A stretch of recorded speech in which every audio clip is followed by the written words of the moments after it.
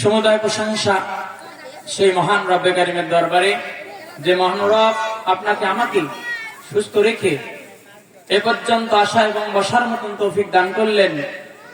সেই মালিকের দরবারে সবাই শুকরিয়া আদায় করেন আলহামদুলিল্লাহ। সে মানবতার মুক্তির দূত সাইয়্যিদুল মুরসালিন খাতামান নবীন, নবীদের নবী, শ্রেষ্ঠ নবী জনাবে মুহাম্মদুর রাসূলুল্লাহ, সকলে বলি সাল্লাল্লাহু আলাইহি ওয়াসাল্লাম। ভাই আরো সাউন্ড ক্লিয়ার করেন।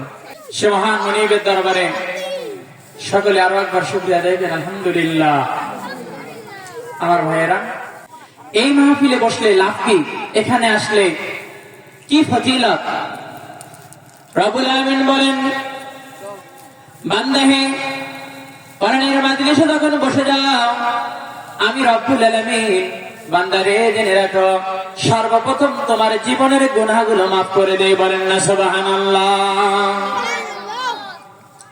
আল্লাহ পাক বলেন, নবী গো জানিয়ে দাও, আমি রব্বুল আলামিন ঘোষণা করে দিচ্ছি, যখন কোন কোরআনের মাহফিল হবে, তালিম হবে, হাদিস কোরআন থেকে কথাবার্তা হবে, আমি আল্লাহর গুণকীর্তন যেখানে হবে, নবী গো জানিয়ে দাও, সেই মাজলিসের মধ্যে অবশ্যই যেন তারা আদব রক্ষা করে। ওয়াইদা কুরিআল কুরআন ফাসতামিউ লাহু ওয়া আনসিতু লাআল্লাকুম তুরহামুন। বলেন আল্লাহু আকবার। আল্লাহ রাব্বুল আলামিন বলে, বান্দাই যখন কোন কোরআনের মাহফিলে বসে যাবা, অবশ্যই করে আদব রক্ষা করিও।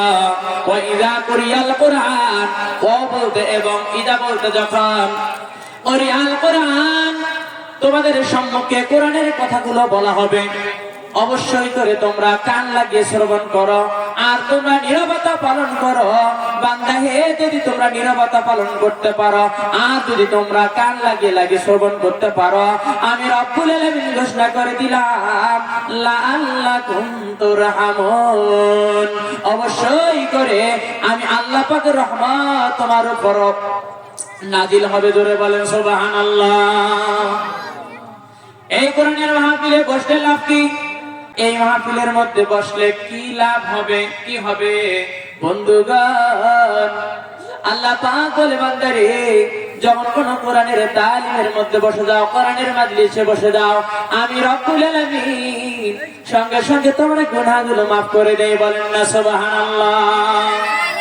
আল্লাহ বলে, বান্দারে শুধুমাত্র তাই নয়, আমি রব্বুল আলামিন বোনাস দিতে ভালোবাসি।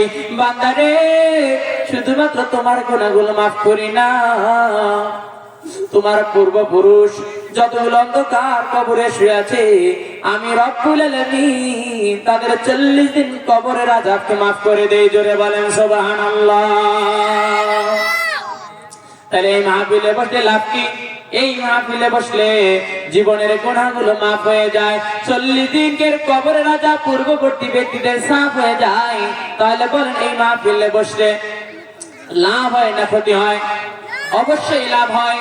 এই মাহফিলের মধ্যে বসলে আরো লাভ কি হবে?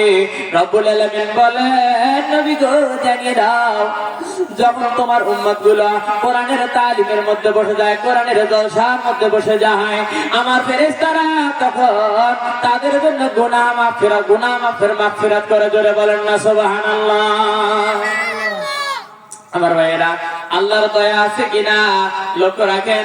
আমার আল্লাহ বলে, বান্দারে জেনে রাখো, আমি এত সুন্দর করে বান্দা বানায়া, বান্দারে তোমাদেরকে আমি জাহান্নাম দেব না।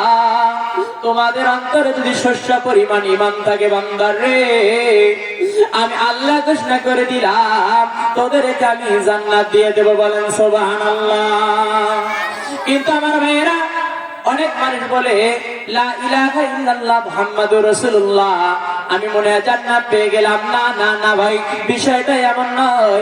এই কথা তো হযরত আবু হুরায়রা রাদিয়াল্লাহু তাআলা আনহু, ওমর রাদিয়াল্লাহু তাআলা আনহুর সামনে যখন বললেন, হযরত ওমর রাদিয়াল্লাহু তাআলা আনহু হযরত আবু হুরায়রার জামা ধরে এক আছাড় দিলেন।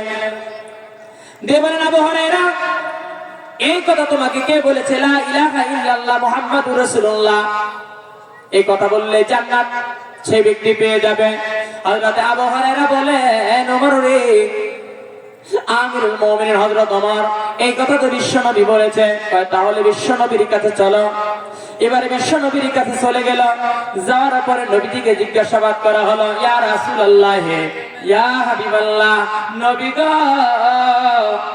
আপনি কি এমন কথাবার্তা বলেছেন যে লা ইলাহা ইল্লাল্লাহ দাখালাল জান্নাহ, সেই ব্যক্তি পড়বে লা ইলাহা ইল্লাল্লাহ দাখালাল জান্নাহ, সেই ব্যক্তিটা জান্নাত পাবে। রাসূল বলে, ইয়া উমর, হ্যাঁ আমি বলেছি লা ইলাহা ইল্লাল্লাহ দাখালাল জান্নাহ, যে ব্যক্তি জীবনে একবারে বলবে লা ইলাহা ইল্লাল্লাহ মুহাম্মাদুর রাসূলুল্লাহ, সেই ব্যক্তিটা অবশ্যই করে জান্নাতের মধ্যে শামিল হয়ে যাবে। ওমর রাদিয়াল্লাহু তাআলা বললেন, নবী গো, কিন্তু কথাটার মধ্যে তো এভাবেই এই আবু হুরায়রা বলেছে লা ইলাহা ইল্লাল্লাহ, লা ইলাহা ইল্লাল্লাহ ফাদাখালাল জান্নাহ। ইয়া রাসূলুল্লাহ, ইয়া হাবিবাল্লাহ, নবী গো, আপনি তো এই কথাটা বলতে পারতেন লা ইলাহা ইল্লাল্লাহ দাখালাল জান্নাহ, কিন্তু আপনি বলেছেন লা ইলাহা ইল্লাল্লাহ ফাদাখালাল জান্নাহ। ইয়া রাসূলুল্লাহ, ইয়া হাবিবাল্লাহ, নবী গো, আপনি কেন ফা ব্যবহার করলেন? ফার দ্বারা হবে কি? ফার ব্যাখ্যা কি? ফা দ্বারা আপনি কি বুঝাইলেন? রাসূল বলে, ওমর রে, জেনে রাখো, জেনে রাখো, জেনে রাখো, আমি রাসূল ফার ব্যাখ্যা দ্বারা বোঝাইছি লা ইলাহা ইল্লাল্লাহ ফাদাখালাল জান্নাহ, যে ব্যক্তি জীবনে একবার বলবে লা ইলাহা ইল্লাল্লাহ দাখালাল জান্নাহ, সেই ব্যক্তি অবশ্যই করে জান্নাতের মধ্যে যাবে। কিন্তু আমি ফা দ্বারা বুঝিয়েছি যেই ব্যক্তিটা বলবে লা ইলাহা ইল্লাল্লাহ ফাদাখালাল জান্নাহ, অবশ্যই করে জান্নাত যাবে। কিন্তু আমি ফায়ের ব্যাখ্যাকে আমি চারটি অর্থে ব্যবহার করেছি। যে ব্যক্তি বলবে একবার কালেমা পড়বে, অবশ্যই করে সে ব্যক্তি জান্নাত যাবে। কিন্তু ওমর রে, ফায়ের ব্যাখ্যা দ্বারা বুঝাইছি আল্লাহ যা হালাল করেছে তাকে হালাল হিসাবে মেনে নিতে হবে, আল্লাহ যা হারাম ঘোষণা করেছে তাকে হারাম হিসাবে মেনে নিতে হবে, আল্লাহ যা আদেশ করেছে তাকে আদেশ হিসাবে মেনে নিতে হবে, আল্লাহ যা নিষেধ করেছে তাকে নিষেধ হিসাবে গ্রহণ করে নিতে হবে। এই চারটা কাজ যদি ওমর রে আমার উম্মতের মধ্যে যদি কেউ আমল করে, আমি রাসূল বলে দিলাম ওই ব্যক্তিটা অবশ্যই করে জান্নাতের মধ্যে শামিল হয়ে যাবে। জোরে বলেন না সুবহানাল্লাহ।